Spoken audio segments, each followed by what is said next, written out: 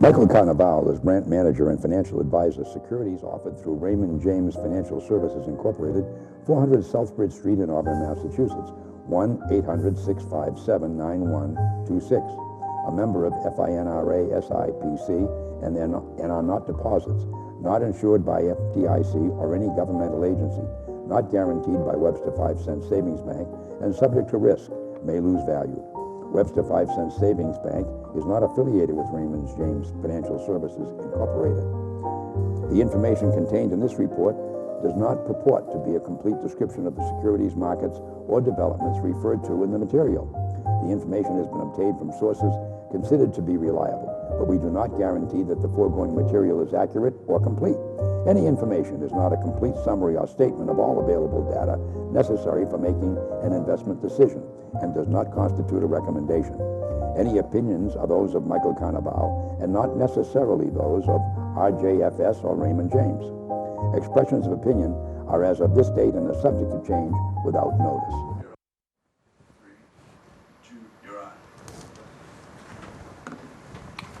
Good afternoon, ladies and gentlemen. This is Richard Morchoe, and we have as our guest, as usual every month, Mike Carnevale, Raymond James, who will guide us through what's happening in the economy. And we will start off by saying it's been an interesting month, and certainly the last week. Definitely. And you can start off with your way thing. Well, we'd like to start off with the good news first. The Dow was up 13 points for the month of May. 13. So historically, that's not great, but as you had mentioned, what we've been through in the month and also so far in 2022, we'll take it. The last week of saved us. We had a very big rally the last week, almost 2,000 points in the Dow, and that broke an 8-week decline, which was the longest string since 1932. Which is kind of a dicey statistic when you think of it. 1932 was not stock market heaven. Right. So let's not have too many more of those weeks. Correct. We're counting on you, Mike. Correct. I mean, we hit kind of rock bottom at a 52-week low during the month, down around 31,000. You know, the Dow had been trading between this 33, 34. Then we got that big sell-off in the beginning of May that knocked it down almost under 31,000. But as you had mentioned, the final week we got the big rally, which put us back over 33,000, kind of where it's been, most of the year. But still, the Dow's down 8.5% for the year, and that's the good news. The other indexes, the Standard & Poor's 500 and the Nasdaq are down much more than that. Well, I think you've kind of pointed this out many times before. What goes down goes up. What goes up goes down. So where is the trend? And for those of us who like index fund or accept the index fund idea, what's we count on that to sort of counter inflation. Mm-hmm. Is that going to happen, or is inflation just going to be real tough now? Well, we had a very good inflation report for April. Yeah, you point that out. But that might change going forward. Where do I think things are going to go? Where would I guess things are going to go in the short term? I look at those technical indicators as opposed to your gut feeling or, I think it's going to do this. And the technical indicators were signaling a potential for a very big rally for the past couple of weeks. Finally happened. And those indexes, those indicators still look good. Briefly run through them. The New York Stock Exchange moving average is at 31%. That's where it was a month ago. meaning 31% of stocks are above their average yearly price. Well, you want that number low, because it would mean that the stocks are low. Volatility index, anything above 25 is good, means there's a lot of fear. Today it's 26, a month ago it was 33. And the other one was the oscillator. Fair value for the stock market is anything between 20 and 80. It was 38 a month ago, it's 38 today. So even though we had that nearly 2,000 point rally, the technical indicators say odds favor maybe some good times ahead. Certainly not it's not indicating a big drop, at least in the short term, maybe the next few weeks or a month or so. So I would say, if I had to guess, I'd say up, but certainly not down big. June being an up month. Yeah, historically June is one of the worst months of the year. It ranks 11th of the 12 months for performance, but the last 3 have been positive, so hopefully we can get another streak going, like instead of 8 down in a row, we can now make it 4 up in a row. So I kind of think, at least in the short term, I think things look okay. Okay. In the major news. Well, the big news was Federal Reserve Chairman Jerome Powell got reappointed, basically 80 to 20, 80 to 19 for another 4 years. So that's a pretty good sign. I mean, I think the stock market definitely likes him. And so, that's one concern, out of the way. The lady who was his competition, she was nominated for the second position, the vice chairman. So they're a little different. She's a little more higher interest rate than he was. And of course, the Fed has come out, the former Fed chairman came out in the last day or so that they definitely got the inflation forecast wrong. So yeah, one thing I like about, I'm not a big fan of the Brits or the British government, but if you come out and say, I did something wrong, I lost a war or something, you're out in the Brits. Why is she still there? Not that she is a terrible person, not that she wouldn't get it right next time, but there's got to be some incentive to somewhere along the line. Somebody says a goof this big means gone. Well, I think, of course, she's not in that position now, right? But she is Treasury. She's Treasury. She wasn't, Secretary. and as Treasury, she was saying, she was Powell's buddy, Right? And she's certainly big in policy, and she's going around saying, everything is beautiful. Yeah. Yeah. Why is she not gone? And I'm not going to hold you to this because you're not a policy guy. Right. I'm just Mr. Sour Grapes, and that's my job. Yep. A job, one of my jobs. Amongst my jobs are. Okay. Well, I would say, certainly we saw a lot of things happen in the past year or two that I don't think anybody would have forecast. So I think that has something to do with it.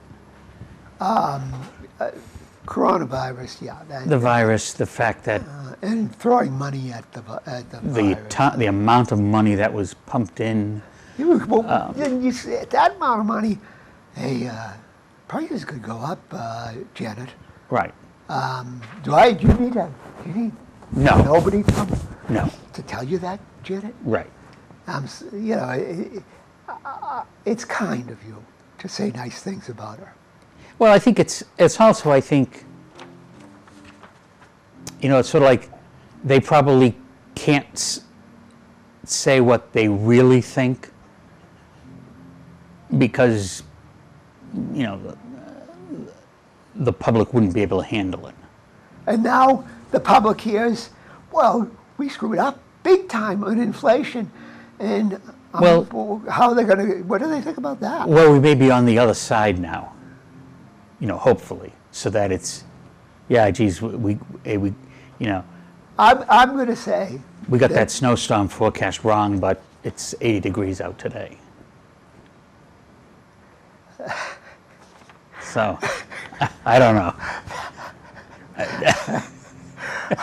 so. This is the comedy half hour, the financial comedy half hour. Yeah, I mean, I don't know. I mean, I think it's like anything. You're kind, I think. I think you're a gentleman. I mean, that's the whole thing with forecasting, right? I mean, sometimes the forecast is right, sometimes it's way off. That's why I wouldn't put me in charge of forecasting. Right. That's why you put in somebody with lots of degrees, and when they screw it up, you fire them. Or you should. Well, It's it's a bit of a club there down there. oh, absolutely. There's no question about it. Everybody knows if we scream for her scalp, how's my hair looking? Right. So yeah. Right. Now, as to the future of inflation, I'm Right. going to get tough with you. Not tough. I'm going to say A plus B might equal C. Yep. If I don't know, maybe your car is pedal car, mine uses gas. Mine uses gas. And a couple of times there, I thought I was going to need a pacemaker when I went to the gas station. And here you're saying we ended 30-week streak without a rig decline. Right. Well, that means, is that an increase in rigs? Yes. Yeah. I mean, 30 weeks ago, we were in the 500s in the rigs. Now we're in the 700s. Great. Why is that really working any magic that the gas price is not declining? I mean, Well- or is the thing really worse than we're thinking about? Well, of course, I mean, I'm not in the energy field, but people who are saying that there's a big lag time between they pull it out of the ground and it actually gets into your gas tank. So, Well, that's a major component of the inflation. right, and that's probably, and they say that could be, 6-9 months or a year before that all gets factored in. Now, although the rig counts look great at 700, if you go back 4 or 5 years ago, they were at 2,000. So we're not drilling anywhere near what we're drilling. And even though the rig counts are up tremendously, we're still only doing about slightly under 12 million barrels a day. So, you take a look at how much oil we're actually taking out, there really hasn't been an increase. Well, this is a political question, so, you got Biden saying price gouging, things like that, which is covering his own portion of his anatomy. Yeah, I don't think there's, it's still heavily controlled by OPEC and... Does that keep us from putting more drilling rigs here? No. But I think, everybody's got an agenda, right? I mean, if you didn't have any opposition, you could put drilling rigs everywhere. But if part of your constituency is environmentalists or something, well, then you got to balance it, right? I mean, that's the whole thing, I think, is something in between as opposed to all or nothing. And so, sure, they could do all these things and, drill off the Cape and everything like that, but there'd be so much opposition against it, you'd never get it through. That, my understanding of that breaks down is, I know people who have all the bumper stickers on the back of their car about hugging trees and stuff like that, and it's not an electric car. Right. So, yeah, sooner or later, reality has to intrude. And people who say no drilling, well, it's a wasting asset. Someday we're going to run out completely of it. Right. But right now, you got to get to work. You need a car. And unless and I see some things that have, working at home helped mitigate that. But, one heck of a lot of us need to drive. And Yep. some of them are tree huggers. So, okay, reality, in the words of the famous novelist and drug addict, Philip K. Dick, reality is that which does not go away once you stop believing in it.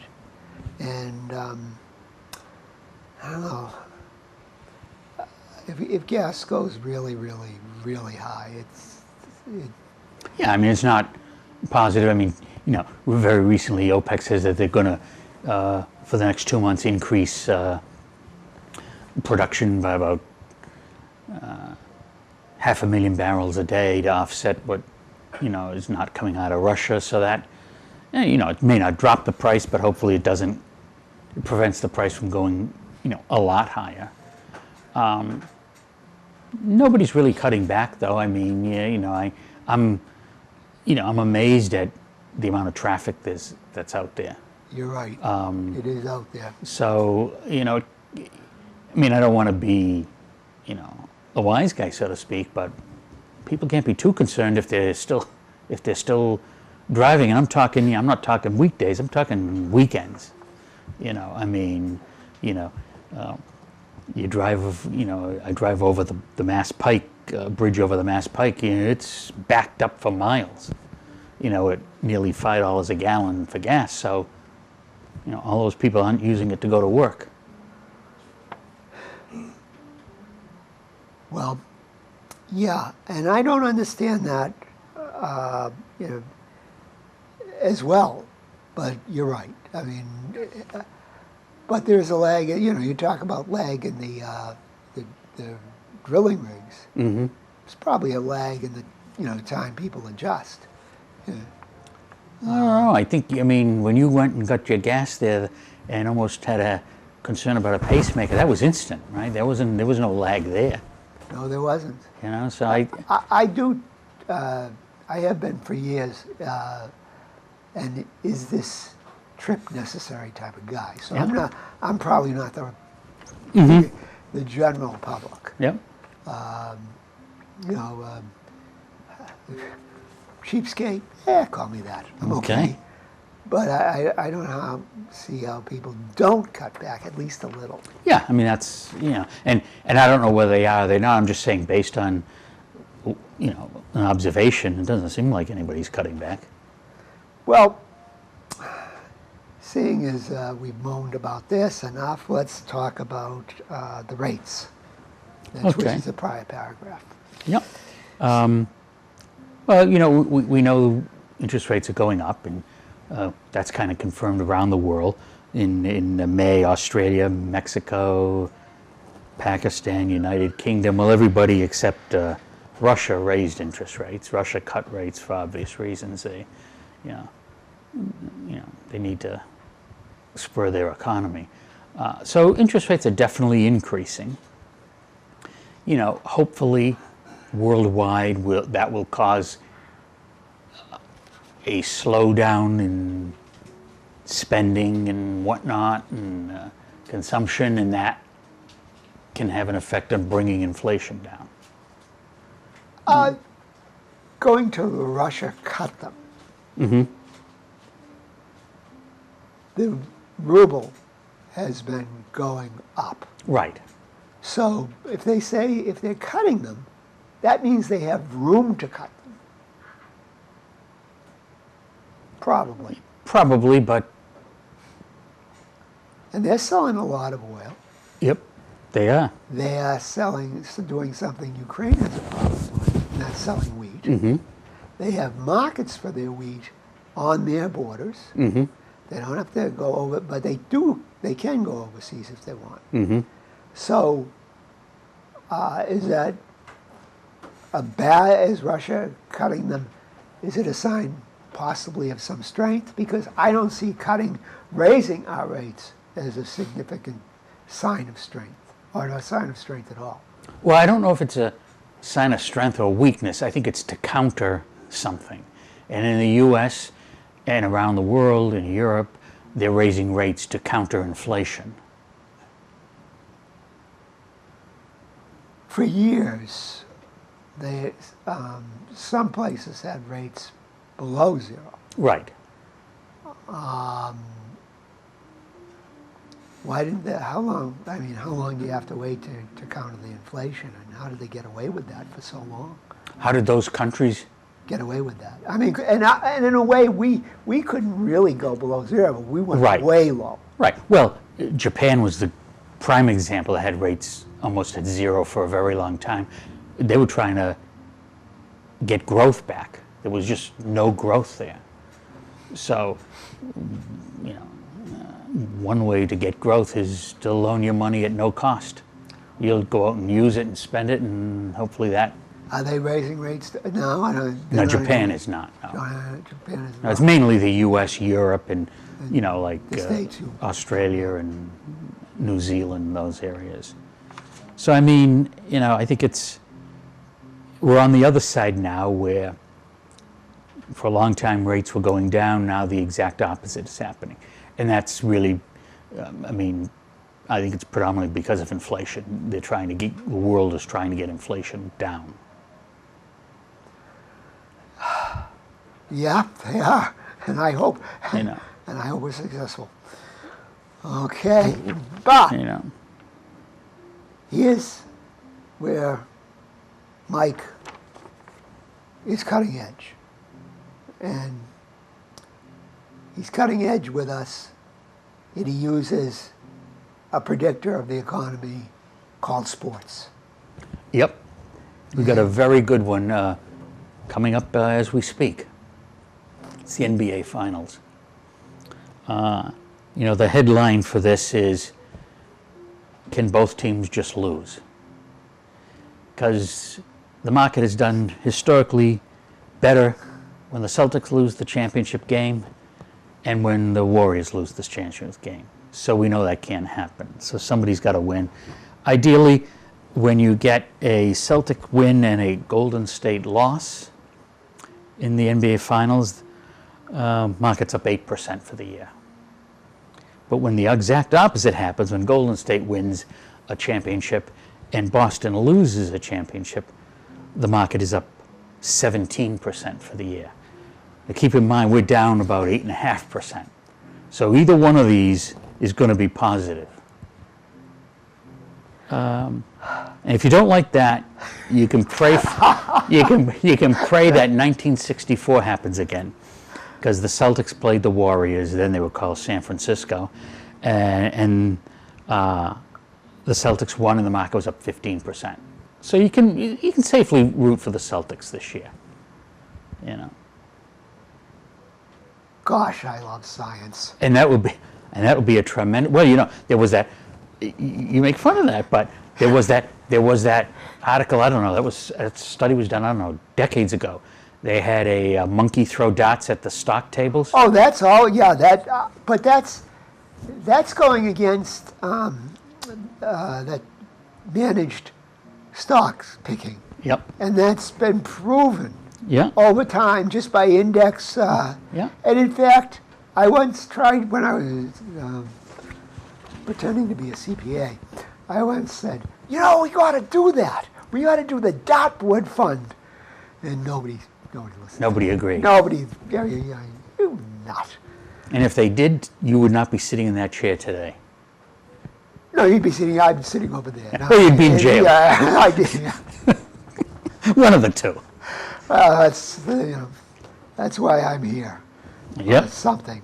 But, you know, the stock correlation, right? This counters what we were talking about a few minutes ago. Well, all these people in Washington with all these big degrees, and they got it wrong. So look at something that couldn't possibly have any correlation to the market at all. Throwing the dots. Yeah. Throwing the dots or the sports scenario. Yeah. So, you study your charts. But it comes down to the stock market, and predicting it comes down to the immortal words of Yogi Berra. Okay. You don't. No, This is. there are so many of them, but Predictions are difficult. especially about the future. Yeah, okay. Yeah, I mean, you know, it's not an exact science. And over the past 5 months, I'm constantly reminded by that by people. Oh, yeah, well, of course, and you know, they always get another tool, and Yep. another tool, and another tool, Yep. and it just doesn't, you know, it doesn't enhance the predictive value of it. Right.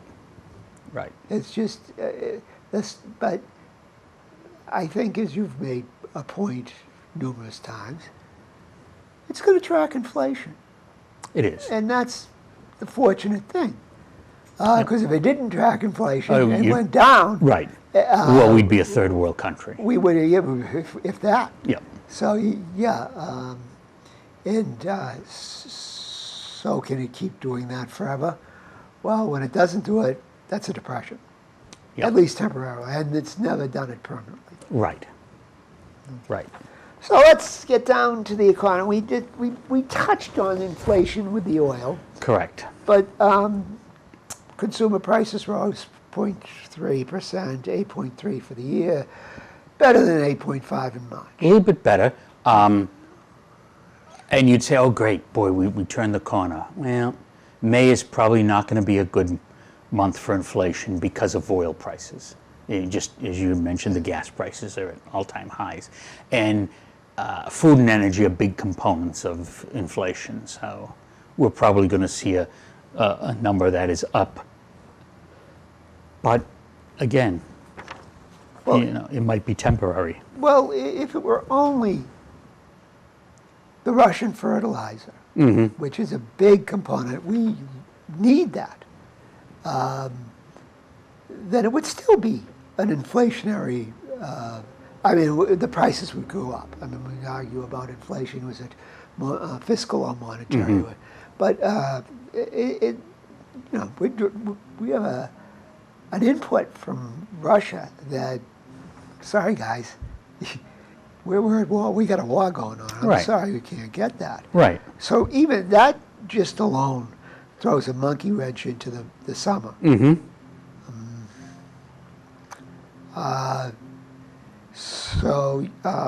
The other indicator we look at is the leading economic indicators.